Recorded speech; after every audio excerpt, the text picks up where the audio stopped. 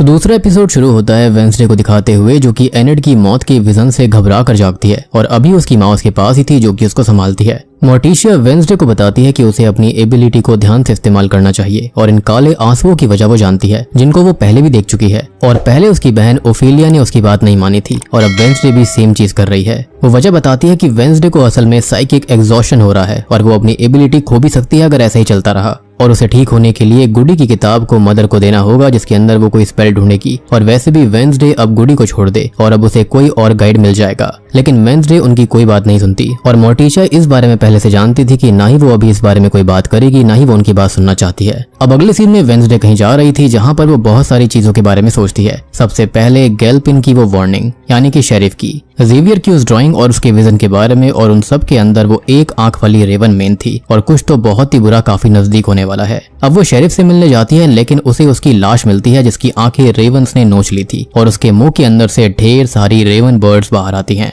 Dam this raven bird again, लेकिन इस बार इसने हद ही कर दी। खैर यहाँ पर वो लीडर रेवन भी है और अब से हम लीडर रेवन कहेंगे तो आप समझ जाना कि वही एक आंख वाली रेवन की बात हो रही है, यानी कि जिसकी एक आंख लाल है। खैर अब रेवन के जाने के बाद में वेंसडे शेरिफ की बॉडी को टच करके विजन देखने की कोशिश करती है, लेकिन शॉकिंगली अब उसकी एबिलिटी जा चुकी थी जिससे कि वो काफी परेशान हो जाती है और अब तक पुलिस आकर उसको अरेस्ट भी कर लेती है क्योंकि मौके पर वही पकड़ी गई थी। अब नई शेरिफ उससे पूछताछ करती है एज वो अभी शक की निगाह में थी और वेंसडे टाइलर के लिए बोलती है तो शेरिफ मना करती है क्योंकि वो अभी जेल के अंदर कैद निगरानी के अंदर था। वो ये भी बताती है कि कार्ल ने लास्ट नाइट शेरिफ से बात करी थी लेकिन अभी उसका फोन गायब है, जिसके बारे में वेंसडे को भी कोई आइडिया नहीं था। अब तक गोमेज वहां पर आ जाता है जो कि खुद एक लॉयर था और वेंसडे का केस वो खुद हैंडल करने वाला था, तो वो उसको अभी यहाँ से ले जाता है। रास्ते में वो वेंसडे से थोड़ी बहुत बात करता है कि वो शेरिफ के पास क्यों गई थी, जिसका वो कोई भी जवाब नहीं देती और जब वो मोर्टिशिया के बारे में पूछती है तो वो ये बताते हैं कि ये बात अभी वो उन दोनों के बीच ही रखेंगे। खैर अब वेंसडे ओफेलिया के बारे में पूछती है तो वो ये कहते हैं कि उसके साथ क्या हुआ था इस बारे में वो कुछ भी बात नहीं करना चाहते।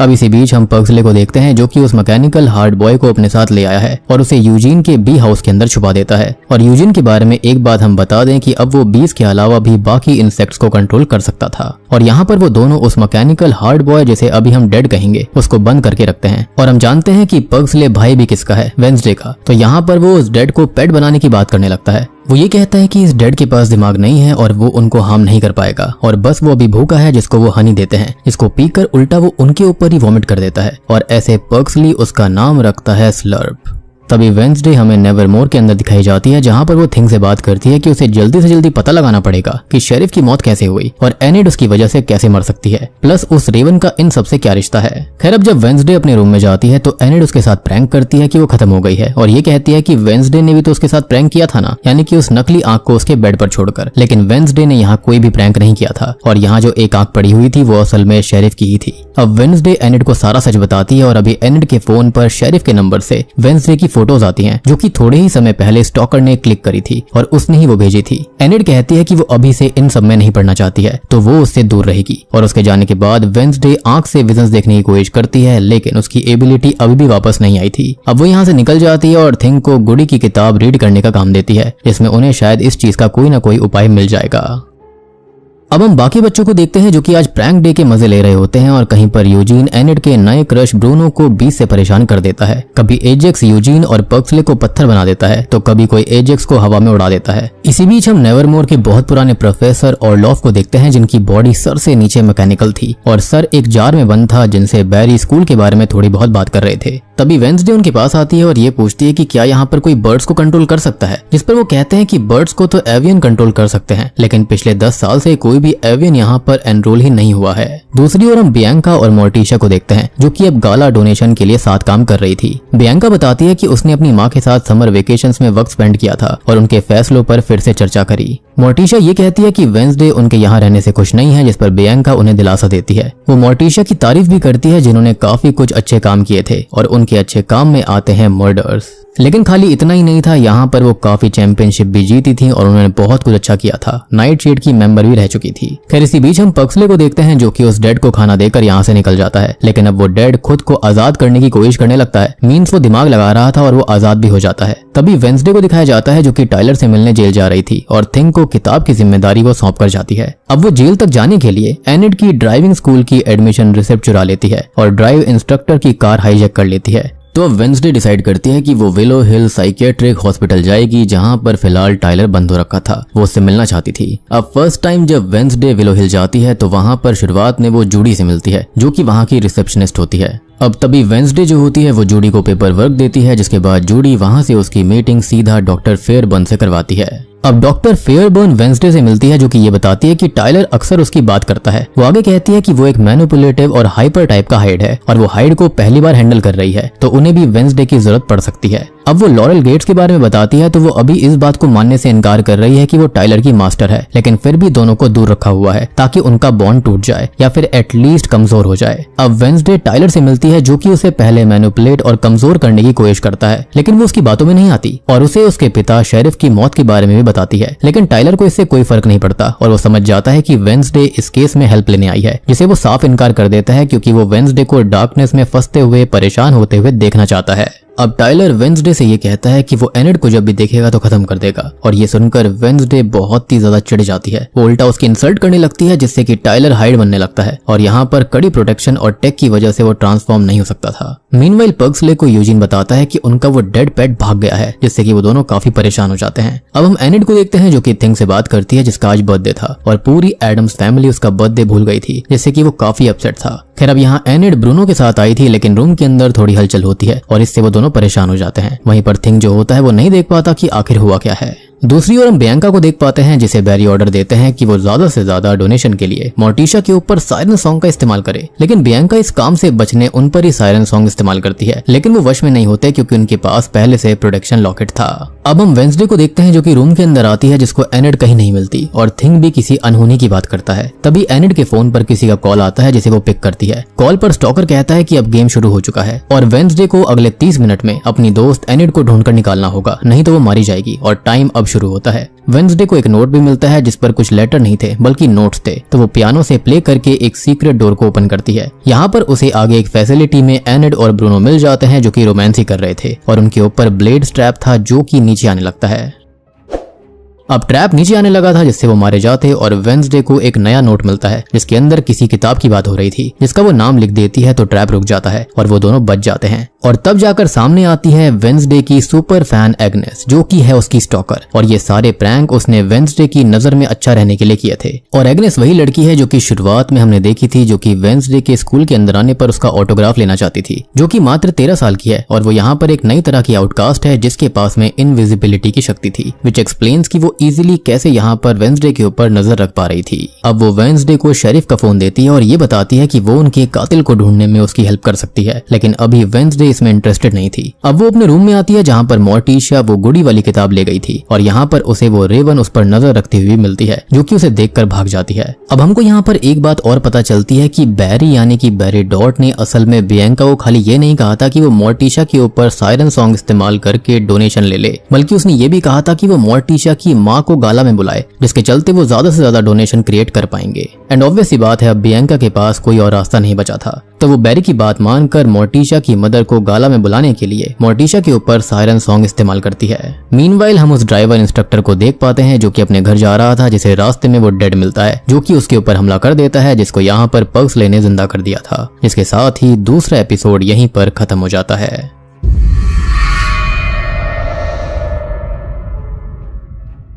तीसरा एपिसोड शुरू होता है मोर्टिशा को दिखाते हुए, जो कि परेशान है क्योंकि अभी वो सायरन सॉन्ग के वश में थी और वो अपनी माँ को यहाँ पर बुलाना चाह रही थी, लेकिन असल में वो ऐसा करना नहीं चाहती, क्योंकि अगर रिश्तों की बात करी जाए तो जितने बुरे उसके और वेंसडे के रिश्ते थे ना, उससे कई गुना ज्यादा बुरे उसके और उसकी माँ के रिश्ते थे, ड्यू टू हर सिस्टर। अब वेंसडे यहाँ पर किताब चुराने आती है क्योंकि गोमेज और उसकी माँ जो होती है वो नाच रहे थे, लेकिन मोर्टिशा को पहले से अंदाजा था और वो वेंसडे को समझाती है कि वो किताब का पीछा छोड़ दे, क्योंकि उसकी बहन ओफिलिया भी ऐसे ही पागल सी हो गई थी, जिसे उसकी माँ बचा नहीं पाई, लेकिन मोर्टिशा अपनी बच्ची को खोना नहीं चाहती। वेंसडे उन्हें समझाने की कोशिश करती है, लेकिन वो उसकी एक बात नहीं मानती और अब वेंसडे बातों ही बातों में उसे उस रेवन के बारे में बताती है, जो कि उसने सब जगह देखी और विजन्स के अंदर वो एनेड की ग्रेव के ऊपर भी थी, जिस पर मोर्टिशा कहती है कि एवियन बर्ड्स को कंट्रोल करते हैं और एवियन एक तरह के आउटकास्ट होते हैं जिनकी शक्तियां होती हैं बर्ड्स को कंट्रोल करना। अब जैसे यूजीन की शक्तियां है ना इंसेक्ट्स के ऊपर, सेम बिल्कुल इस तरह से। अब वेंसडे यहाँ समझ चुकी थी कि उसकी माँ उसको किताब नहीं देगी चाहे वो कुछ भी कर ले। अब वेंसडे निराश होकर अपने रूम में आ जाती है जहाँ पर एनिड उसे ये बताती है कि वो कैंपिंग के लिए जा रहे हैं, जहाँ पर वेंसडे भी चल सकती है लेकिन वो उसके लिए मना कर देती है क्योंकि वो इंटरेस्टेड नहीं थी। उसको तो खाली केस सॉल्व करने में मजा आया करता। अब एनिड के जाने के बाद में वेंसडे थिंग से बात करती है कि शेरिफ गैल्पिन की आंख उसकी हेल्प नहीं कर रही है और अब तभी वहाँ पर एग्नेस आती है जिसकी शक्तियां हैं कि वो गायब हो सकती है और ये मैंने आपको बताया भी था। अब वो वेंसडे को उसके साथ जोड़ने की बात करती है ताकि वो उसकी हेल्प कर सके, लेकिन वेंसडे उसे फिर से साफ इनकार कर देती है जिससे कि एग्नेस निराश हो जाती है, लेकिन ये जरूर कहती है कि जितना वेंसडे उसे उससे दूर करेगी वो उतना उसको मनाने की कोशिश करेगी। अब इसी बीच हम पर्क्सली और यूजिन को देख पाते हैं जिन्हें बी हाउस के अंदर स्लर्प यानी कि डेड मिलता है जो कि खुद पे खुद वापस आ गया था और जैसा कि आखिरी एपिसोड के अंदर उसने टैक्सी ड्राइवर का दिमाग खा लिया था तो वो खुद ही अपने दिमाग को वापस से रीजनरेट करने लगता है और ये चीज ये दोनों नोटिस भी करते हैं। अब वो उन पर हमला करने की कोशिश करने लगता है, साथ ही साथ कुछ बोलने की भी कोशिश कर रहा था और यूजिन ये कहने लगता है कि वो उसे ऐसे छोड़कर कैंपिंग नहीं जा सकते, ये काफी डेंजरस है। इस पर पर्क्सले कहता है कि वो कुछ सेट करके जाएगा और वो उसकी फिक्र बिल्कुल ना करे।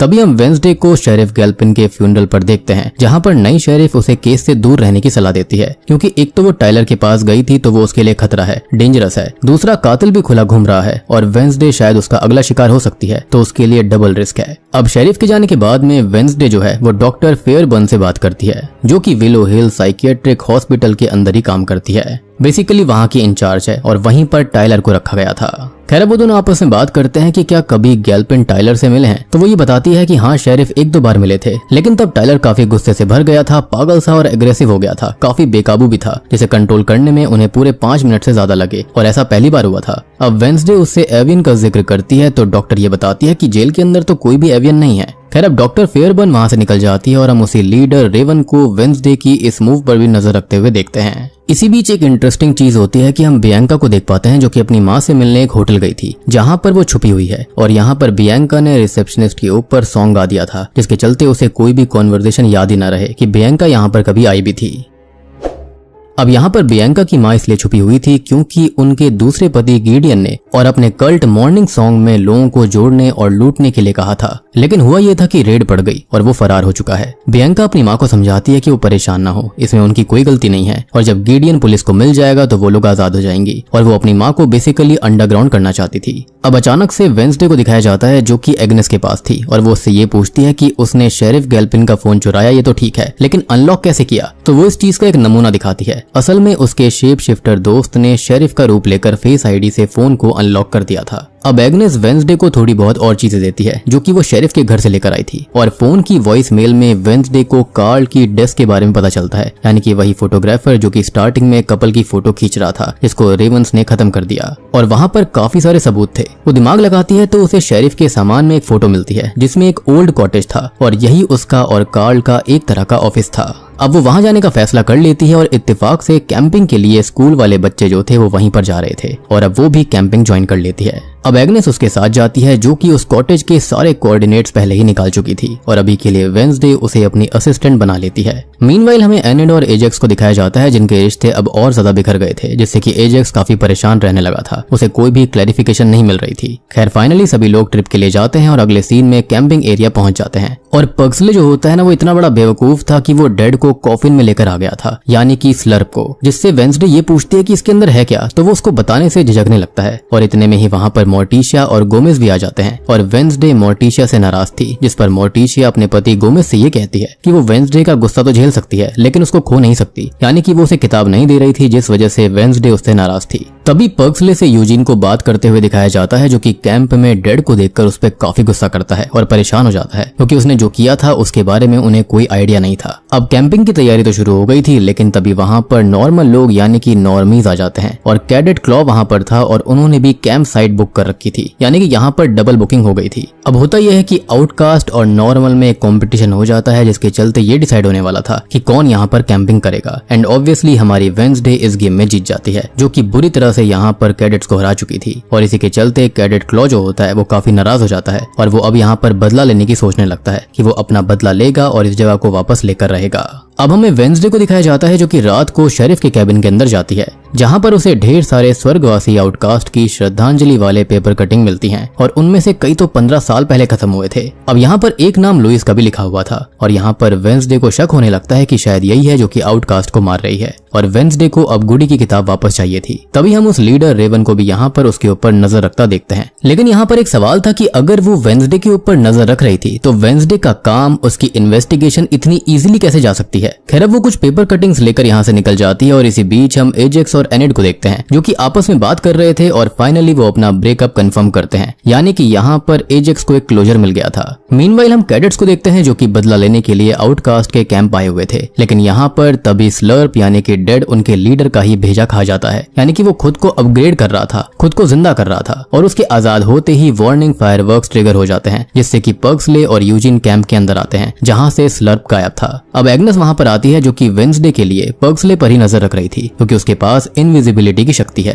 तभी वेंसडे मोर्टिशिया से बात करने आती है कि वो उसे किताब दे दे, लेकिन मोर्टिशिया मना करती है। तो वेंसडे जो होती है वो अपनी माँ को ही ब्लाइंड फोल्डेड स्वॉर्ड्स फाइट का चैलेंज देती है कि जीतने पर किताब उसे मिल जाएगी, जिस पर मोर्टिशिया ये कहती है कि शायद उसकी नानी उसे ये सब सिखा रही होगी और ऐसे ही वो मोर्टिशिया और ओफिलिया में भी फूट डाला करती थी। लेकिन वेंसडे कहती है कि नहीं, वो अपनी नानी से कोई बात नहीं करती। अब दोनों स्वॉर्ड फाइट शुरू करती हैं और इसी बीच हम स्लर्प को देखते हैं जो कि यहाँ वहाँ घूम रहा था और विक्टिम्स क्लेम करने के लिए। सबसे पहले वो गोमेस को हर्ट करने वाला था, लेकिन तभी वहाँ पर पग्सले आकर अपनी इलेक्ट्रिसिटी से उसको खराब कर देता है और इसी के चलते गोमेस बच गया था, अदरवाइज अगला नंबर उसका ही लगने वाला था। मीनवाइल हम जंगल के अंदर देखते हैं कि मोर्टिशिया स्वॉर्ड फाइट जीत जाती है और किताब भी वो उसको नहीं देती, लेकिन तभी स्लर्प वहाँ पर भी आ गया था तो वेंसडे डेड से उसको बचा लेती है। अब पुलिस मौकाए वारदात पर आकर सब कुछ क्लियर करती है और वेंसडे एक अननोन शैडो को उसके ऊपर नजर रखता देख पाती है जिसके साथ वो लीडर रेवन भी थी। अब वेंसडे की एबिलिटी जा चुकी है और अब उसको किताब भी नहीं मिलेगी, लेकिन उसे ये केस कैसे भी करके सॉल्व करना था।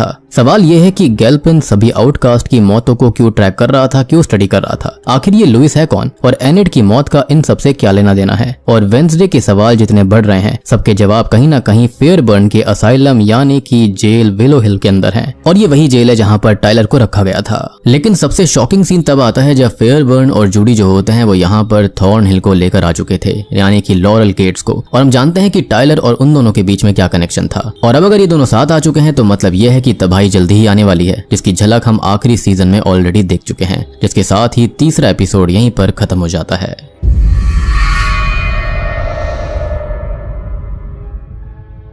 तो सीजन 2 पार्ट 1 यानी कि एपिसोड 4 शुरू होता है लॉरल गेट्स को दिखाते हुए जिसे फेयरबर्न जेल के अंदर लेकर आई थी ताकि वो उनकी हेल्प कर सके टाइलर को ठीक करने में, जिसमें पहले तो लॉरल गेट्स मना कर देती है, लेकिन अब डॉक्टर फेयरबर्न उसको धमकी देती है कि वो उसको वापस उसकी जेल में भेज देगी जहां पर उसे सीधा काला पानी की सजा दी जाएगी, जिससे परेशान होकर वो हाँ कर देती है और एक बार टाइलर से मिलने का बोलती है। वो उसे टाइलर से मिलने देती है जो कि उसे देखते ही ट्रांसफॉर्म होकर उसे पकड़ लेता है, जिससे वो कहती है कि वो नाराज है, वो ये जानती है, लेकिन अब वो नाराज ना रहे और जल्दी ही वो उसे यहाँ से आजाद कर देगी, जिसको सुनकर वो उसे छोड़ देता है। तभी हम वेंसडे को देख पाते हैं जो कि एक आउटकास्ट विक्टिम पेट्रिशिया की एशिस लेने आती है और उसने अपनी नानी माँ यानी कि हेस्टर को मैसेज कर दिया था कि वो उनकी हेल्प लेने यहाँ पर आ चुकी है। तो वो उनको बताती है कि ये सभी आउटकास्ट जिनमें से ये पेट्रिशिया भी शामिल थी मार दिए गए थे और ये सब विलो हिल के पेशेंट्स थे और अभी उसकी दोस्त एनेड की जान खतरे में है जिसे वो बचाना चाहती है। और तभी हम हेस्टर का पेशा जान पाते हैं जो कि असल में हर तरह के फ्यूनरल्स करवाती है, यानी कि मुर्दों का बिजनेस, और यही वो बिजनेस था जिसको ये लोग एनकैश करना चाहते थे, यानी कि करंट प्रिंसिपल ऑफ नेवरमोर, और बियांका यही करना चाह रही थी।